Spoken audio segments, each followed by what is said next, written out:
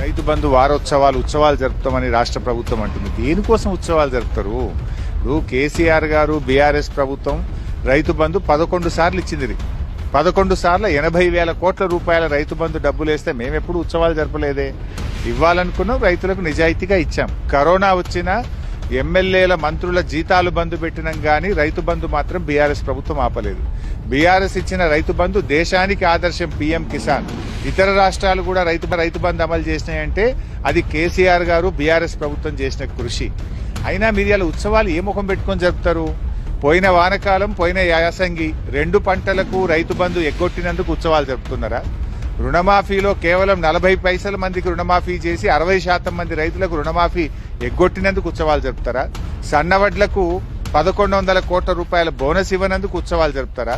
పంటల బీమా చేస్తామని చెప్పి మోసం చేసినందుకు ఉత్సవాలు జరుపుతారా?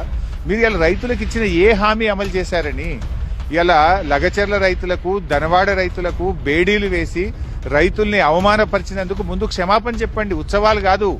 మేము 2 పంటలు రైతు బంధు ఎగ్గొట్టినాము, సన్నవడ్లకు బోనస్ ఇవ్వలేదు, రైతులకు బేడీలు వేసినాము, పంటల బీమా ఇవ్వలేదు. ఇవాళ కాంగ్రెస్ పార్టీ వరంగల్ డిక్లరేషన్ అమలు చేయకుండా రైతుల్ని మోసం చేసినందుకు ముందు రైతుల క్షమాపణ చెప్పాలి తప్ప